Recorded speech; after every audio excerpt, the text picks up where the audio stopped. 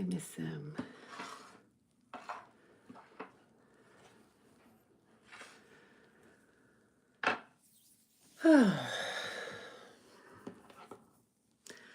Good morning, Amy. Hi. Trying to get myself organized. We had somebody staying at our house while we were in Santa Barbara, and so I'm trying to, some things are in different places. The sun says, and here's Friday. Indeed, here we are. Get myself put together. Hi, Pamela. Good morning.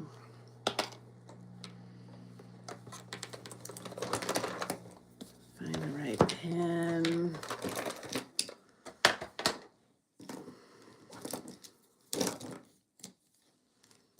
I think that's the one I want. Amy says it feels like Monday to me. I'm so off. And Pamela says, I forgot yesterday, so I'm going to say it today. Rabbit, rabbit, rabbit. I got myself a new palette while I was in Santa Barbara. And it's pretty cool because you can fold this down and hold it like this. Or you could stick your finger through it like this. Or you can put your hand through it like that. Kind of like, except that's left-handed. Let's see. Okay, if I go like that. There we go. See? And lots of room to mix. Room for your paintbrushes. Like, looky here. Boop. Thought it was really cool.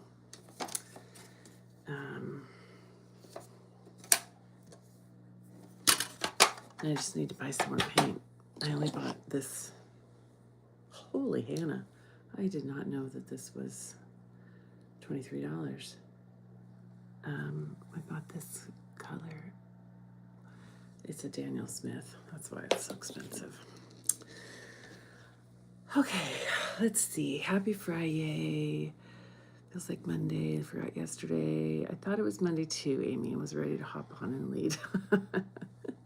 Laura says, good morning, friends. I am just realizing that I just don't feel very good this morning. I don't know what's going on, but I feel kind of queasy.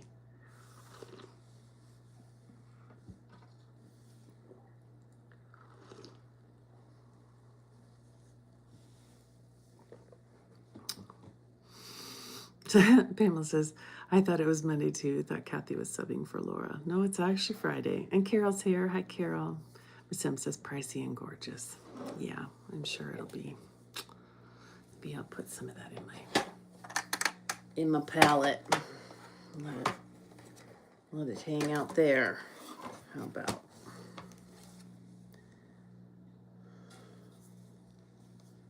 Let's see.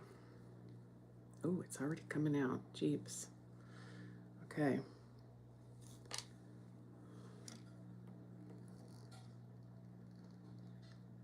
Oh, yeah, that's pretty.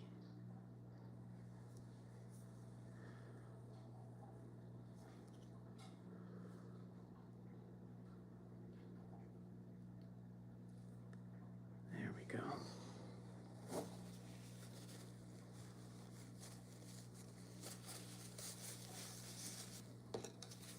think I'll paint with that today. Now that I realized it's like $1 million a gallon. This is 0.5 fluid ounces. Wow, $23 for half an ounce.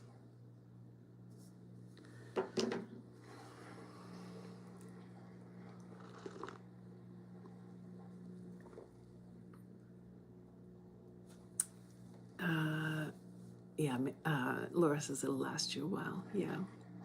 McLean says, big love to you all. I just watched Jenny's lead from yesterday. Potluck season is over. Hooray. And Amy says, feeling transitional today. I'm on the move again later today after a long and enjoyable stop in Phoenix. I was at the Phoenix airport yesterday. We were supposed to, our flight home was supposed to be at 6 and get us home at 7:30, and it kept getting delayed and delayed until it wasn't going to get us home until like 12:45 in the morning. Oh, I should close that laundry door. So they put us on a different flight, but we didn't get home till, what time did we get home? Like 11:30, 11, something like that. So I'm pretty tired and spent 3 hours in the Phoenix airport because the original flight was a direct flight. And a flight they put us on was not, so that was kind of a bummer.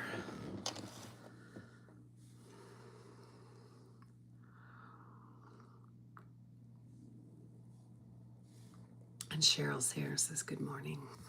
Good morning, Cheryl. All right, I suppose we should do some grounding. I feel like I need it. I'm working today after a week of hardly working. My company does a company slowdown on the week between Christmas and New Year's.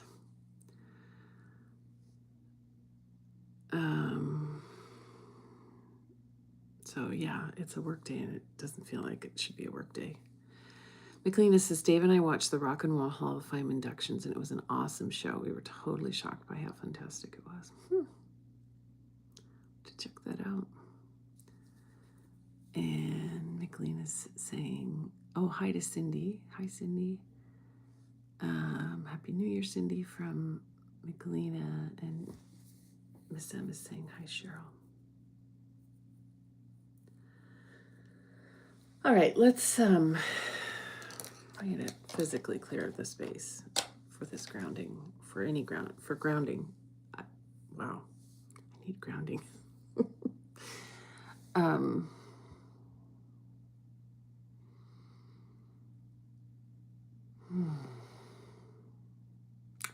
So I'll invite you just to check in with your body.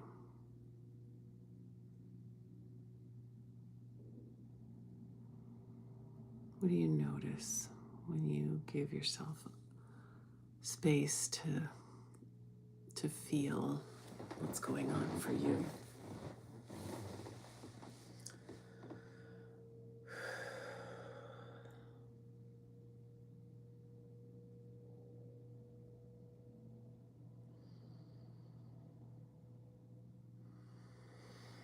You might need to relax your shoulders, relax your face.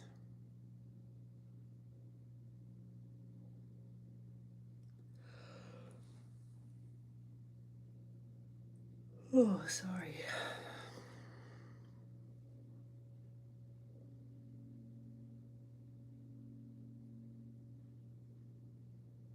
Think about your head.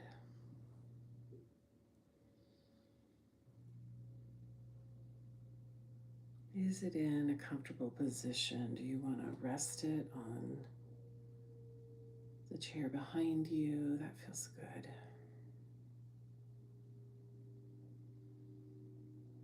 Do you feel any sort of headachy feeling? Move your way down to your neck.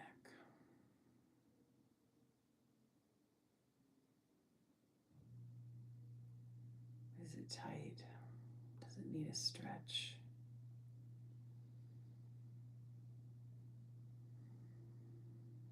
You might take your fingers and just give it a little love.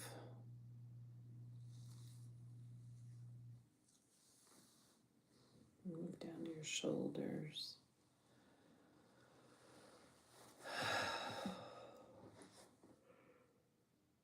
Oh, this pausing is making me yawn.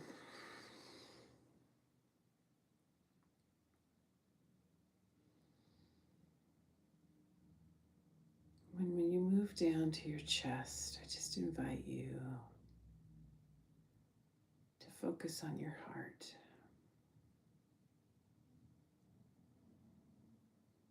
This amazing muscle that just does its thing, never stopping, keeping you alive.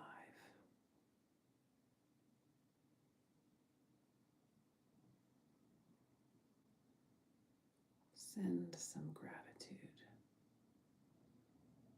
to your heart.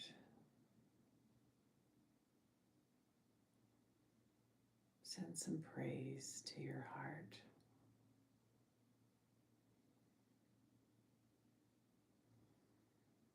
What an amazing part of your body.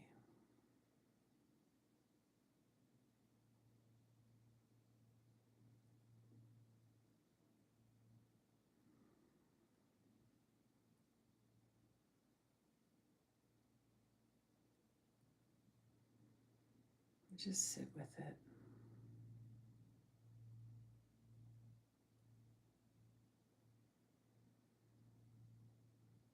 Let your heart be what grounds you today.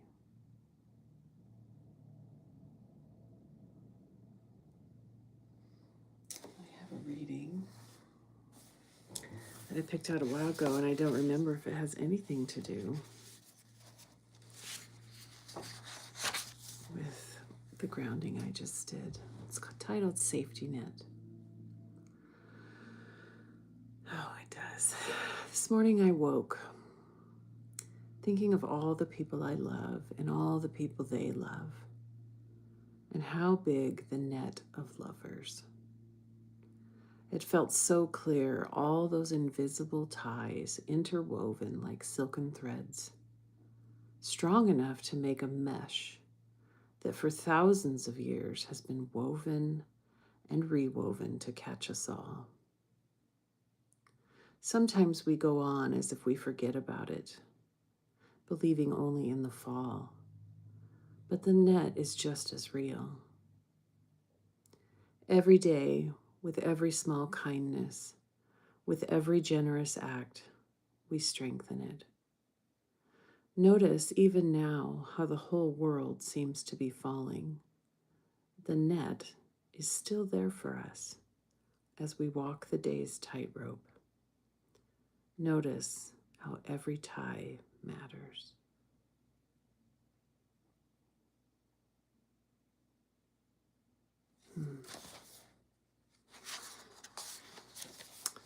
And that's Rosemary again. She's definitely become a fave for me.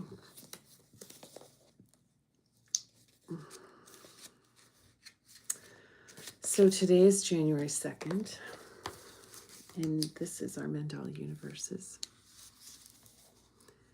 where we gather daily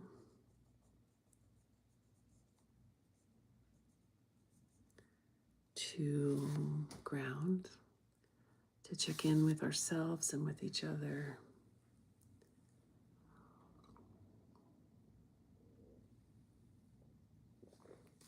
to make space for a creative practice, creative expression.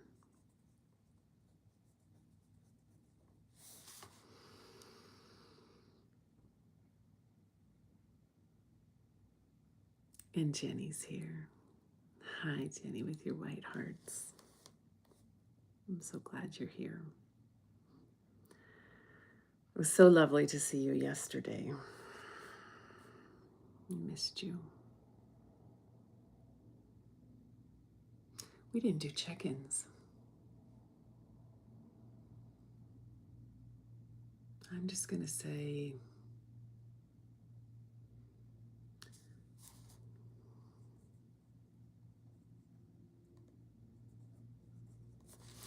feeling icky.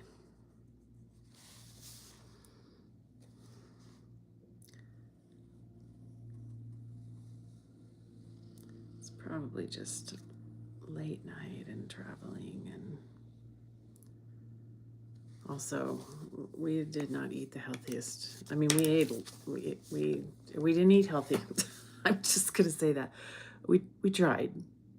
We tried. We had some things that were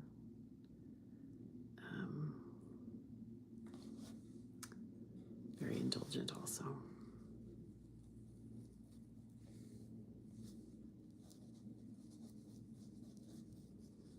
I've never painted with a wet watercolor. Are you not supposed to paint with it when it's wet? I'm doing it. But I'm adding lots of water because it's really thick.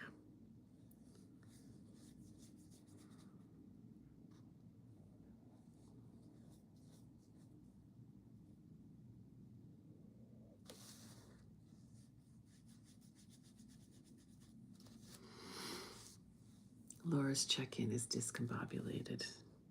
Yeah, this week, the week after the holidays or between the holidays, I guess we're officially done with the holidays now, but still feels like next Monday will feel like, okay, we're done with the holidays. Today still feels like a hangover of the holidays, at least to me. Sounds like to most of you too.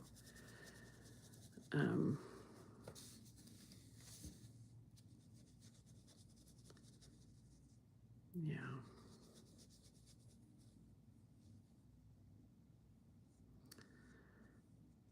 So we did a lot of beachcombing while we were in Santa Barbara. And I found a pretty decent handful of sea glass.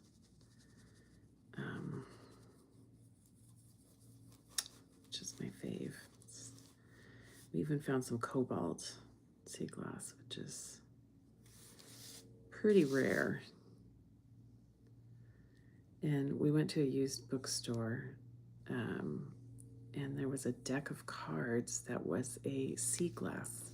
It's not like a oracle deck or anything, just a deck kind of talking about the different colors and their origins. And my friend John bought it for me. He's like, I have to buy this for you. This is amazing. It's fun to look at. Cobalt is definitely one of the rarer colors. It was good. It was a good trip. Really, really fun. Pamela saying, checking an alert. Great sleep last night. That's awesome. I slept good too. I was kind of dead to the world. Didn't hear Asia get up this morning. I didn't even read before I went to sleep, which is very unusual for me. I almost always try and read at least a chapter. But I was tired. I think I need to add some. Oh, there's a little piece of sea glass that I found after I had wrapped up all my sea glass. I found it, so I stuck it in my little watercolor case. That's a little white one, just a tiny one. I'll put that right there.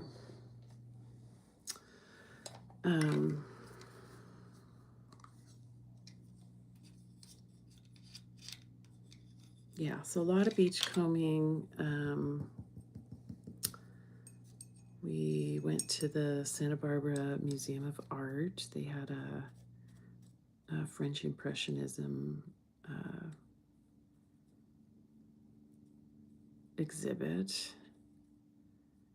That was actually really cool because it was a lot of artists that are like less familiar artists. So I got to learn about some artists I'd never heard of before. But they had a collection on loan from the Dallas Museum, and so there was some Monet and some Manet and some Seurat, one Renoir,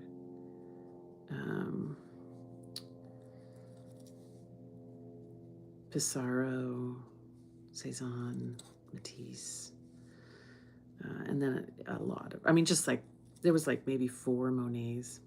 Monet was so prolific. I feel like just about every art museum has a Monet, because he painted so much.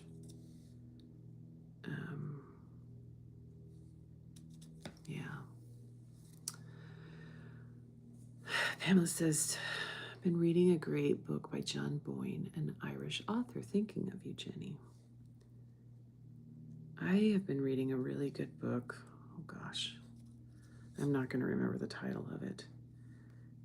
It's nonfiction about the working homeless in the United States, and it's based in Atlanta. It tells the story of 5 different families in Atlanta that, all have jobs and all can't afford to rent a home. It's really an eye-opener. Homelessness is not always about drugs or, a lot of addiction. So much of it is involuntary and forced upon people. Quite sad.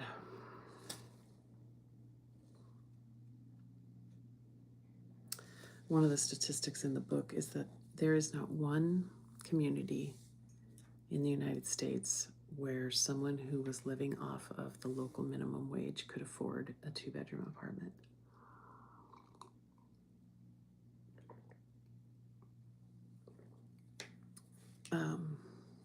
Which, people always say, well, minimum wage wasn't designed to be a sustainable wage. But there's an awful lot of people who cannot get any other job, and there should be options for them. And Atlanta is kind of a worst case scenario. Their housing policies are grim. Atlanta went through a huge kind of revival when they hosted the Olympics, and they built the Beltline, which, I've heard, if you live in Atlanta, it's amazing. If you have the means to be able to enjoy living within the Beltline, it's a wonderful life. And it's a 22-mile pedestrian and biking path that goes all the way around the core of the city, and it's very hip. The problem is what was in between, what was in the perimeter of the Beltline before the Beltline existed was all the lower income housing. And so they basically reversed the white flight, and now there's nothing that those people can afford.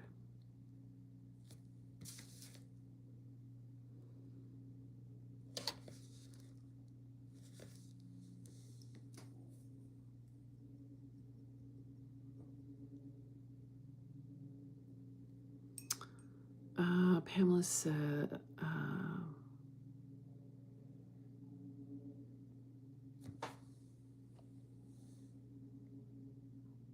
Michelina says there's not a single county in the U.S. where a full-time minimum wage job makes enough to rent an apartment. Yeah.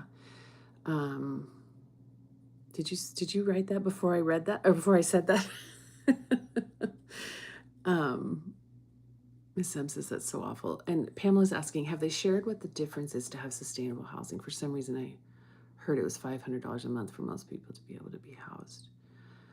No, I haven't seen any statistic like that.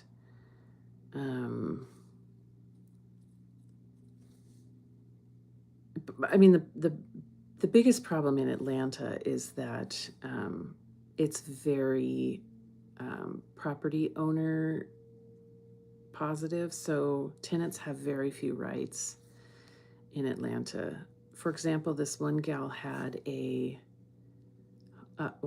rental that burned down through no fault of her own. It was faulty wiring. And she lost almost everything she owned. And then never enters insurance.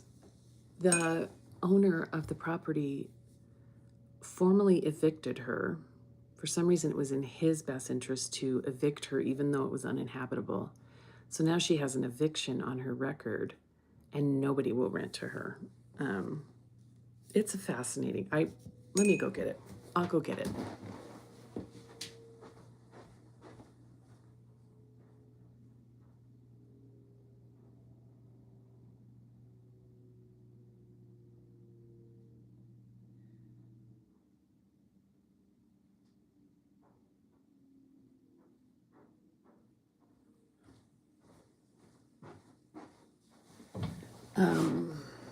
It's titled "There Is No Place for Us: Working and Homeless in America" by Brian Goldstone.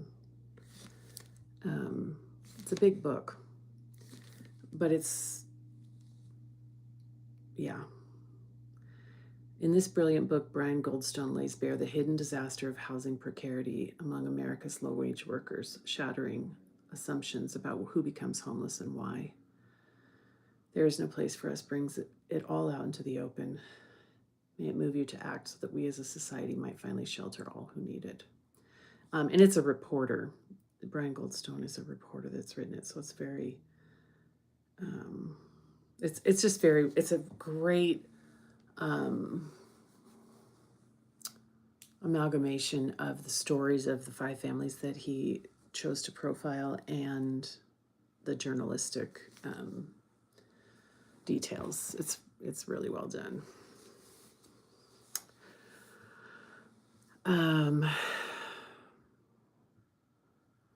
McLeana says, I think I heard a book review on Tuesday. McLeana says, I heard even less, Miss M. It's often a case of $200 that keeps someone from losing their home. The reviewer said many of the practices that make Atlanta so messed up are illegal in California. Yeah, I would imagine.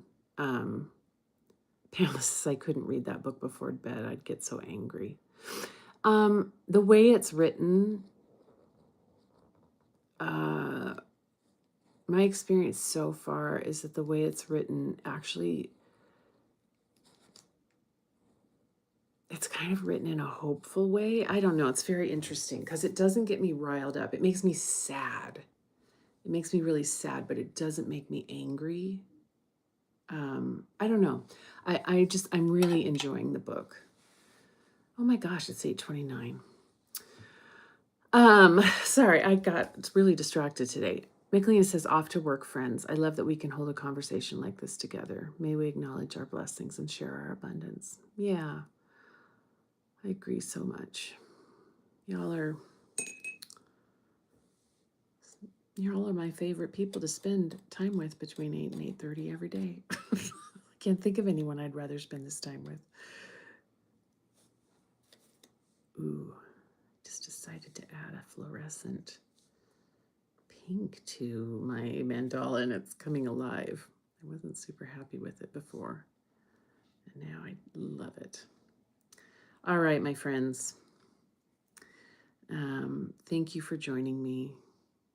I feel like this was kind of a low energy day, but we need those too, don't we?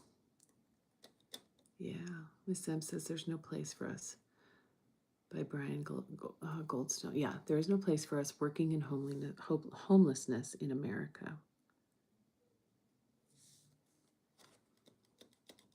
And Miss M says, ooh, everything's better with fluorescent pink. Thanks, Kathy. And Laura says, a book I recently picked up is Waking Up White. Ooh, you'll have to tell us more about that. Maybe on Monday. And Cheryl says, thank you. You are so welcome. Thank you for joining me here today. I love you all. Mwah.